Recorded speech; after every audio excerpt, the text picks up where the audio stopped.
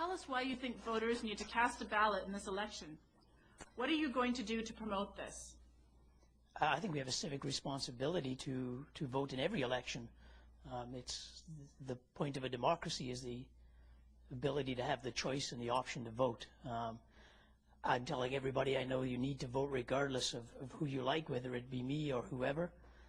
Every vote does count. There's been elections all over the world that have come down to votes under 10 that have carried an election.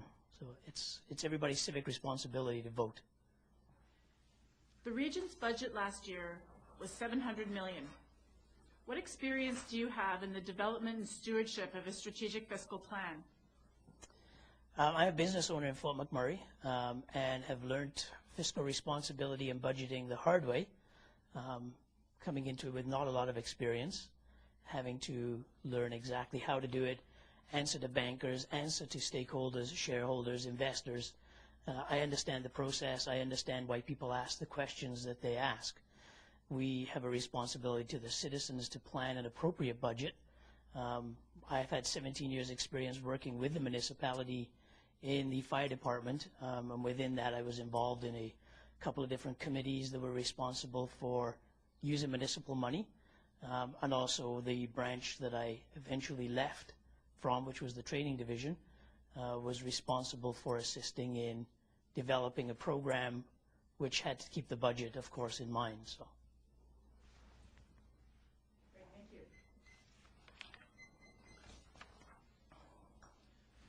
What do you think makes an effective counselor? The biggest thing is being available and listening. Ultimately, as a counselor, I'm a conduit for people's voices. Not everybody has a chance to speak up, but they can speak to each of us as counselors, and it's our responsibility to take what they say seriously. This isn't something that should be taken lightly. Everybody has issues. Everybody needs to be heard, and you need to be available to hear these issues. Not just to hear them, but to listen to them, take them with the seriousness that they're given to you. You're a conduit, and the bottom line is you have to be there to be available. Describe how becoming a counselor has and or will fit into and alter your current life schedule. It's going to alter my life schedule in that I'm a single parent, so there will be some adaptation of plans and arrangements, nothing that's impossible to do. It will fit into my life in that it's time for me to step forward and give back to the community. I've been here since 1982. This community has been very good to me. I've grown up here pretty much, raising 2 children in this town. I've worked emergency services in this town. I've seen it from both sides. I've seen it as a business owner. I see it as a teenager growing up here. It's time for me to take everything I've learned, all those experiences, and help move Fort McMurray forward into the city that it's become and the biggest city that it will become. We're a major player on a very global scale. We have no reason for people to be leaving Fort McMurray with attitudes that they do, sometimes on a daily basis. And I think it's part of my responsibility to make people want to stay in Fort McMurray and make it their home. This is my home, and I'm very proud of it. Talk about social responsibility and economic sustainability and how you see it impacting this community.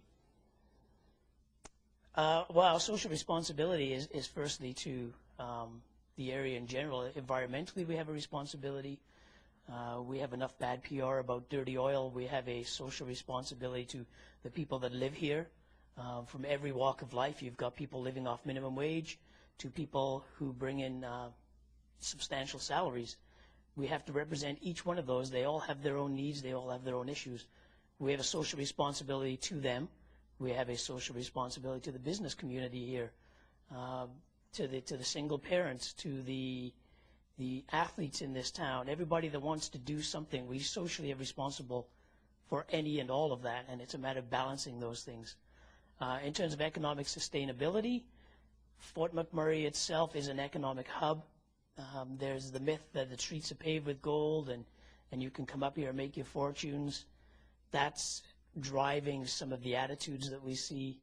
The economic sustainability of the region is, in the long run, is very strong. It's a matter of, as a municipal council, ensuring that we take the taxes that we collect off the people. They have no choice but to give us this money, and we have to be fiscally responsible with that money. We have to be able to sustain the needs of this community on every level, from a social, from an infrastructure point of view, from a business point of view. It's a huge impact. Both of those things impact people's attitudes to Fort McMurray and their desire to stay. What needs do you think the outlying communities have, and how do they fit into the priorities of the regional municipality of Wood Buffalo? In terms of priorities, they fit exactly into a scale where this is a community. It just so happens that this community is very large geographically. No one area is more important, one area is any less important. Outlying communities of today may be part of the major community, for lack of a better phrase, tomorrow. They have their own needs that are unique to the needs of those of us that live within the actual area of Fort McMurray, the city of. And those need to be met. We need to listen to their concerns. That's why they have a voice on council. And just because a ward may have one representative doesn't mean that voice is any less important than the 6 in Ward 1. In what ways are you attached to this community and region? How will this serve you in your role as a councillor? This is home. I have no desire to go anywhere else. I've been here since 1982. My parents left the United Kingdom and came straight to Fort McMurray, and we've never left since. My parents have since retired just outside of Edmonton, but they still travel up here frequently. I have children here. I have businesses here. All my friends have come back. Everybody I know that's left Fort McMurray has come back. Everybody's realizing this is home. This is where they want to be. I have no desire to leave here. I am tied to this community emotionally. I'm tied to it on every level.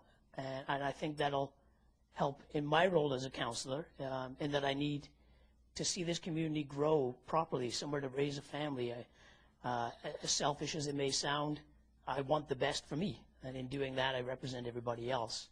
That was one of my roles at the fire department when I served in the training department, was training the cadets. And I used to tell the cadets that if I don't trust you to rescue my 3-year-old, then you shouldn't be here. As selfish as it sounds, I want Fort McMurray to be somewhere that my kids want to stay. There may be times as a council member when you do not personally support the decision made by council. Tell us about a specific experience when you did not agree with a decision, but you worked with a team to implement it. There were a number of times, specifically as an employee of the municipality, there was a decision to drop a cadet program, which is something that I had worked towards developing, a cadet program, bring them in, train them, make them part of the community, make them part of the department. There was a decision to drop that. I disagreed with it. I disagreed with it vocally. However, the decision was made, and as a team, we have to work together now to make that decision work. Regardless of my personal opinion, sabotaging it isn't going to help anything in the long run in any way, shape, or form. Sometimes you need to put personal opinion aside and just take the best of what's being done and try to enhance that and work with that. Tell us about a time when you acted as an ambassador for the positive image of this community. I do that on a daily basis. I travel quite frequently, and I'm the first to step forward and promote Fort McMurray. The last time I actually did it was the airport in Calgary. There was a couple of gentlemen sitting in a seat in front of me who decided it was time to be quite vocal about their opinion of Fort McMurray. And so I sort of interrupted the conversation and questioned them, asked them some stuff, only to find that they actually had never been in Fort McMurray. They'd been to camp in Fort McMurray. I stayed as political as I could and gave them my opinion of their opinion, and was quite happy to hear somebody behind me say much the same, and then they let loose with their opinion. So I cleared the area to allow that one to happen. Based on your observations of past council, what will you do differently to improve this council's effectiveness? One of the biggest issues seems to be communication on every level. As a municipal employee, I can tell you we weren't privy to a lot of information that affected us daily and affected us in a big way. This information we would find out later through the paper or word of mouth, or it wasn't that it was secret, it's just that the communication never flowed. Everybody needs to be a part of the decision-making process. I mean, it's unreasonable to say that everybody must be heard. Sometimes there's just not time. It's not always feasible for that to happen. However, the communication has to happen. Personal opinions need to be put aside. There's been differences of opinion with people who carry it outside of council. That doesn't need to happen. We're all adults. We need to treat the city as a business. It needs to be run with some fiscal responsibility. We need to have a plan. We need to have goals. We need to follow those.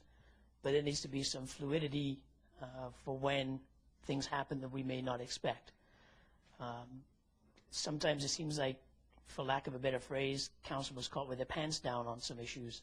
That I don't see why that would happen when the people I'm talking to on the street seem surprised that the council was surprised, or that they didn't know something was going on. There's no need for that. If we treat this like a business, and the citizens and the business community are our shareholders, we have to answer to them, and we have to be aware of what's going on. There's no need for us to be bickering amongst ourselves. We need to look at this as a business. We need to work together. We need to communicate. As long as we have open and honest communication, everybody knows where everybody else stands, and then we can move forward.